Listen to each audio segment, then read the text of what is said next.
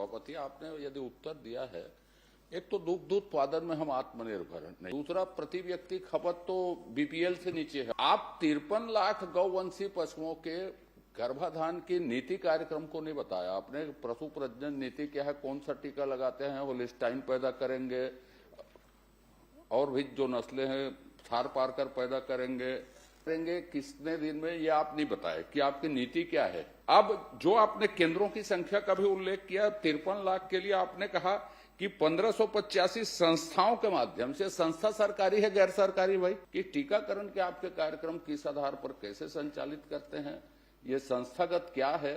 412 केंद्र की आपकी जरूरत है, तो दुग्ध उत्पादन के लक्ष्यों के लिए टीकाकरण कार्यक्रम में आप कर क्या रहे हैं? लगातार इसमें काम हो रहा है सभापति महोदय। और जहां तक प्राइवेट सेक्टर की बात है, तो प्राइवेट सेक्टर में भी गर्भाधान कार्यकर्ताओं हेतु उसके लिए भी व्यवस्था है। श्री अजय चंद्राकर। माननीय अध्यक्ष महोदय, माननीय प्रधानमंत्री जी की इच्छा के अनुरूप ये प्रश्न है कि एलाइड सेक्टर किसानों के इनकम को हम दुगुना करें, तो सिर्फ एग्रीकल्चर नहीं, एग्रीकल्चर के एलाइड सेक्टर को भी अपन ध्यान दें। मेरा प्रश्न उसी आशय से है। मैं माननीय मंत्री जी से ये जानना चाहता हूं कि मादा गौवंशी पशु कितने हैं। आपने बताया है लगभग 53 लाख जो है टोटल में मादा है, तो उसके गर्भधान के लिए आपके पास क्या नीति है? पशु प्रजनन नीति कह लें, पशु प्रजनन नीति क्या है, कौन सा टीकाकरण किस तरह से आप करते हैं, किस माध्यम से करते हैं? माननीय चंद्राकर जी, आपने मादा का तो संख्या बता दिया, नर का संख्या नहीं बताया। अब नर में तो ऐसा है, राम विचार जी खुद, अब क्या आगे बोलूं, इनसे बड़े क्षमतावान वीर पुरुष और कोई है नहीं नर में।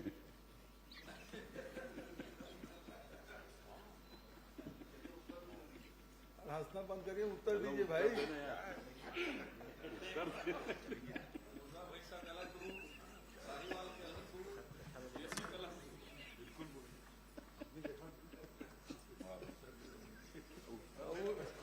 अब क्या उत्तर दे? उसको बोलते नहीं बन रहा है।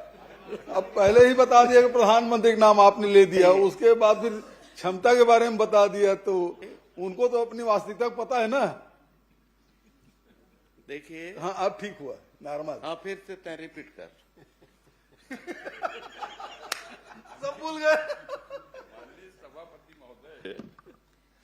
माननीय सभापति महोदय, मैंने कहा है कि गौवंशी जो है उनके टीकाकरण के लिए, गर्भाधान के लिए आपकी नीति क्या है? पशु प्रजनन नीति कह लें उसको। पशु कौन से नस्ल की पैदा होगी, कैसे होगी, कितने दिन में करते हैं आप, और उसके लिए इंफ्रास्ट्रक्चर क्या है? तो आपने जैसे बताया है, क्या उसको पूछ लूंगा। तो इसके लिए क्या आपके कार्यक्रम हैं कि उसको बता दीजिए कि इतने पशुओं के गर्भाधान के लिए, कृत्रिम गर्भाधान के लिए आपकी नीति क्या है, पशु प्रजनन नीति क्या है, कौन सा टीका कैसे किस कार्यक्रम में लगाते हैं और कितना व्यय उसमें हुआ है। व्यय आप मन ही बताएंगे तो भी चल जाएगा। सभापति महोदय, पूरे प्रदेश भर में जो आपने जानकारी चाहा है उसके अनुसार हमने जानकारी दिया है। इससे संबंधित आपने कृत्रिम गर्भाधान के संबंध में आप जानकारी चाह रहे हैं, तो सभापति महोदय, पूरे प्रदेश में जो हमारे गौवंशीय हैं, दुधारू पशु हैं, उनके गर्भाधान के लिए प्रदेश में कृत्रिम गर्भाधान केंद्र, कृत्रिम गर्भाधान उपकेंद्र और मुख्य ग्राम खंड उपकेंद्र पशु चिकित्सालय, पशु औषधालय, इनमें पर्याप्त उसकी व्यवस्था है, जहां की कृत्रिम गर्भाधान किया जाता है और अच्छे नस्ल कैसे हम विकसित कर सकें प्रदेश में, जिससे कि हमारे जो प्रदेश की जो आवश्यकता है दूध उत्पादन का, उसमें हम कैसे वृद्धि करके राष्ट्रीय औसत के बराबर हम ला सकें, इसके लिए हमारे पास ये व्यवस्था है। और सभापति महोदय, आपके संरक्षण में मैं ये भी बताना चाहूँगा कि हमारे प्रदेश के यशस्वी मुख्यमंत्री जी की सोच के अनुरूप और जो देश की जो क्राइसिस है दूध उत्पादन में, उसको लेकर के हम लोगों ने प्रदेश में एनडीडीबी के साथ यहाँ समझौता किया है और उसके तहत दूध का उत्पादन हम कैसे हम करें और धीरे धीरे क्रमशः हम उसमें लगातार इंफ्रास्ट्रक्चर से लेकर के और भी दूध उत्पादन में अच्छे नस्लों का सुधार हम कैसे कर सकें, अच्छे नस्ल की जो गाय हैं वहाँ लोगों तक हम कैसे वितरण करके वहाँ तक पहुँचा सकें, चारा, इसके साथ में चारा का भी उत्पादन हमारे पास हो सके, इस तरह की योजना लेकर के हम काम कर रहे हैं। सर आप विद्वान हुए तो ठीक है, मैं पूरे स्वीकार करता हूं आपको। मैंने बहुत छोटी सी बात पूछी माननीय सभापति, आपने यदि उत्तर दिया है, एक तो दुग्ध उत्पादन में हम आत्मनिर्भर नहीं है, 7वें 8वें नंबर में है देश में। दूसरा, प्रति व्यक्ति खपत तो बीपीएल से नीचे है हमारे यहाँ। तो मैं, आपने कहा हम अच्छे नस्ल, उन्नत नस्ल पैदा करना चाहते हैं। आप 53 लाख गौवंशी पशुओं के गर्भाधान की नीति कार्यक्रम को नहीं बताया आपने। पशु प्रजनन नीति क्या है, कौन सा टीका लगाते हैं, होलिस्टाइन पैदा करेंगे और भी जो नस्लें हैं थार पारकर पैदा करेंगे, गिर पैदा करेंगे, क्या करेंगे, कितने दिन में, ये आप नहीं बताए कि आपकी नीति क्या है। अब जो आपने केंद्रों की संख्या का भी उल्लेख किया, 53 लाख के लिए आपने कहा कि 1585 संस्थाओं के माध्यम से, संस्था सरकारी है गैर सरकारी, भाई एक तो ये बता दीजिए। 412 केंद्र की आपको और आवश्यकता है, तो 412 केंद्र खोल रहे हैं, नहीं खोल रहे हैं। तो इन लक्ष्यों के लिए एनडीटीवी का आपने उल्लेख किया, तो वो दुग्ध संग्रहण विपणन का काम करती, वो नस्ल सुधार में उसका कोई योगदान नहीं है। तो इसलिए इसमें स्पेसिफिक मुझको बता दीजिए कि टीकाकरण के आपके कार्यक्रम किस आधार पर कैसे संचालित करते हैं, ये संस्थागत क्या है। 412 केंद्र की आपकी जरूरत है, तो दुग्ध उत्पादन के लक्ष्यों के लिए टीकाकरण कार्यक्रम में आप कर क्या रहे हैं। फिर छोटा सा और प्रश्न कर लूंगा आपको, उसको थोड़ा क्लियर कर, बाद में बताऊंगा, बोलेंगे तो ये भी मैं मान लूंगा भैया, लेकिन आपको ये बता दूं ये बहुत कमजोर है। चिराग भी उतना ही महत्वपूर्ण है, मैं एक हाथ पूछ लूंगा।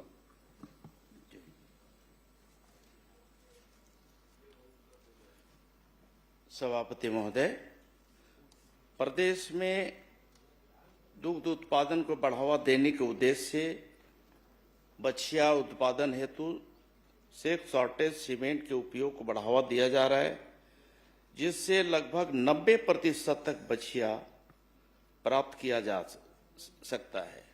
उक्त कार्यक्रम राष्ट्रीय गोकुल मिशन आरजीएम के अंतर्गत त्वरित नस्ल सुधार कार्यक्रम एबीवीपी संचालित है और राष्ट्रीय गोकुल मिशन अंतर्गत इसी प्रकार से हम त्वरित नस्ल सुधार कार्यक्रम अंतर्गत सेक्स शॉर्टेज सीमेंट के से कृत्रिम गर्भाधान से लगभग 90% मादावश प्राप्त होने की संभावना होती है।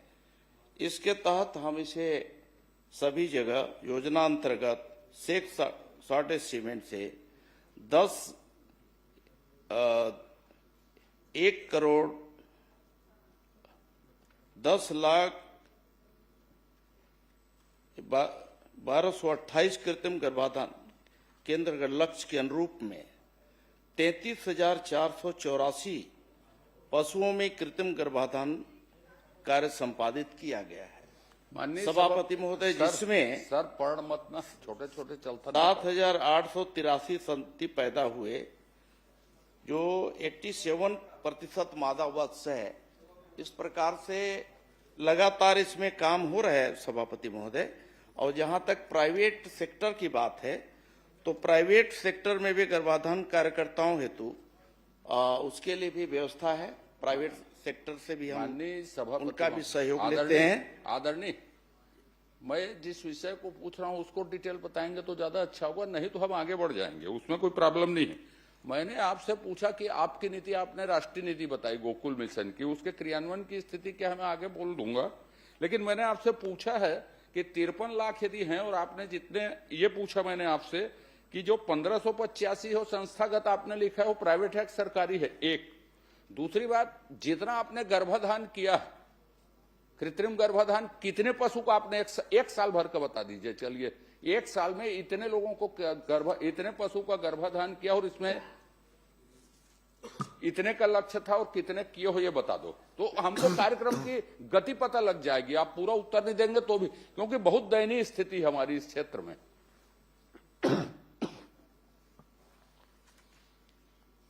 मैं आपको अलग से उपलब्ध करा दूंगा सभापति महोदय। चलिए, अलग से उपलब्ध।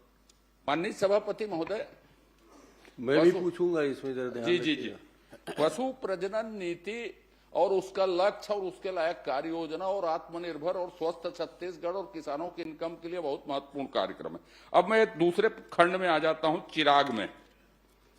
आप ये बता दीजिए महोदय, चिराग योजना, इसके जवाब देने दीजिए। अब इसमें रहने दीजिए ना, अब तो बोले अलग से दे दूंगा बोले है ना, मैं लक्ष्य में अभी बता दे रहा हूँ। नहीं बाद में दे दीजिएगा, अब रहने दीजिए। मैं जो बात आपके ध्यान में लाना चाहता था, आप तो बगल में भैया, नहीं जो लोग दोनों अगल बगल में हो, अब तो हम लोग आप बिल्कुल पूछिएगा ना, मैं तो आखिरी प्रश्न दूसरे खंड में आ रहा हूं, आप पूछ लीजिएगा। आपने चिराग परियोजना जो लागू हुई 183 करोड़ रुपए की, वो समय से पहले क्यों बंद हुई? उसके लिए जिम्मेदार कौन है? एक।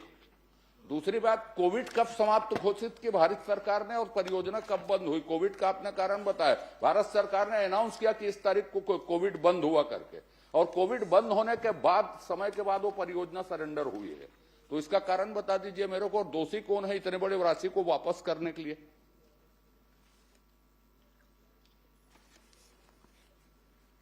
सभापति महोदय, ये निश्चित ही हमारे चिराग परियोजना बहुत ही महत्वाकांक्षी योजना थी और छत्तीसगढ़ के हित में खास करके छोटे एवं सीमांत किसानों को आय को वृद्धि करना, कृषि उत्पादकता बढ़ाना, कृषि प्रणाली को सुदृढ़ करना, कृषि आधारित आजीविका को सशक्त करना, किसानों को बाजार तक बेहतर उपलब्ध संसाधन वहां तक पहुंचाना, और खास करके जो ट्राइबल क्षेत्र है उन क्षेत्रों के हमारे किसान हैं, ट्राइबल वर्ग समाज है, उनकी आय को कैसे हम बढ़ा करके हम कैसे समृद्ध कर सकें, ऐसे उद्देश्य को लेकर के काफी बहुउद्देशीय योजना थी। उसको लेकर के योजना जो है स्वीकृत किया गया था और निश्चित ही हमें कह सकते हैं, और हमारे सामने बैठे हुए पूर्व मुख्यमंत्री जी, सभापति महोदय, उनके कार्यकाल में तो कुछ काम ही नहीं हुआ, और जिसके चलते इस योजना जो है लगातार पिछड़ते गया, कोई काम नहीं हुआ सभापति महोदय। इस वजह से हमारी जब हमारी सरकार बनी, सरकार बनने के बाद हम लोगों ने जब टेक ओवर किया और इसमें प्रगति लाए, काफी तेजी से हम काम करना शुरू किए, लेकिन इंटरनल जो पहले का इनका जो वर्किंग जो प्रोग्रेस आना चाहिए था वो नहीं आने की वजह से भारत सरकार के जो वहां लगातार इसकी समीक्षा की सर, और समीक्षा में पाया गया उस दिन 2.5 घंटा कि भाषण जो दिए थे, आप नहीं अपेक्षित- थे, इसलिए आज बता रहे हैं। जो अपेक्षित जो प्रगति होना चाहिए था, वो अपेक्षित प्रगति को नहीं मिलने की वजह से इसे नोटिस दे करके इसे बंद किया। सर एकदम स्पेसिफिक प्रश्न था, सरकार इसकी थी उसकी थी, वो तो ठीक है। अंतिम प्रश्न। हाँ, अब आपके ऊपर छोड़ता हूं भाई, मैं प्रश्न तो नहीं देते तो भी तैयार हूं मैं, जो बात फ्लोर में माननीय लाना चाहता सभापति तो आगे। महोदय। सर अंतिम प्रश्न बोले, बस बैठ रहा हूं मैंने स्पेसिफिक पूछा कि परियोजना बंद होने के कारण क्या है। आपने स्वीकार किया है कि अनुरूप प्रगति नहीं होने के कारण बंद की गई, गरीबों के लिए थी, ये आपने स्वीकार किया। उसके लिए दोषी कौन है? कोविड काल का भी उल्लेख है। कोविड काल भारत सरकार ने घोषित किया कि देश कोविड मुक्त है, उसके बाद राशि, उस अवधि के बाद राशि सरेंडर की गई। तो दोषी अधिकारी इतनी बड़ी परियोजना को वापस कर दिए, उसमें कोई कार्रवाई आप नहीं करेंगे। राजनीतिक कारण जो भी हो, ये मुख्यमंत्री थे, वो मुख्यमंत्री थे, वो, लेकिन जो काम करने वाले हैं वो तो स्थायी हैं। इतनी बड़ी परियोजना छत्तीसगढ़ के लिए, हित के लिए थी, प्रगति नहीं हुई, इसलिए हम पैसा को वापस कर देंगे। क्यों, किस बात की तनख्वाह खा रहे हैं? फिर उसके ऊपर आप क्या कार्रवाई करेंगे ये बताइए, जांच करवा के। बस इतना ही मुझे जान। और आप तो फिर दमदार आदमी हो, पूरा कृत्रिम गर्भाधान आपके कंधों पर चलेगा आगे।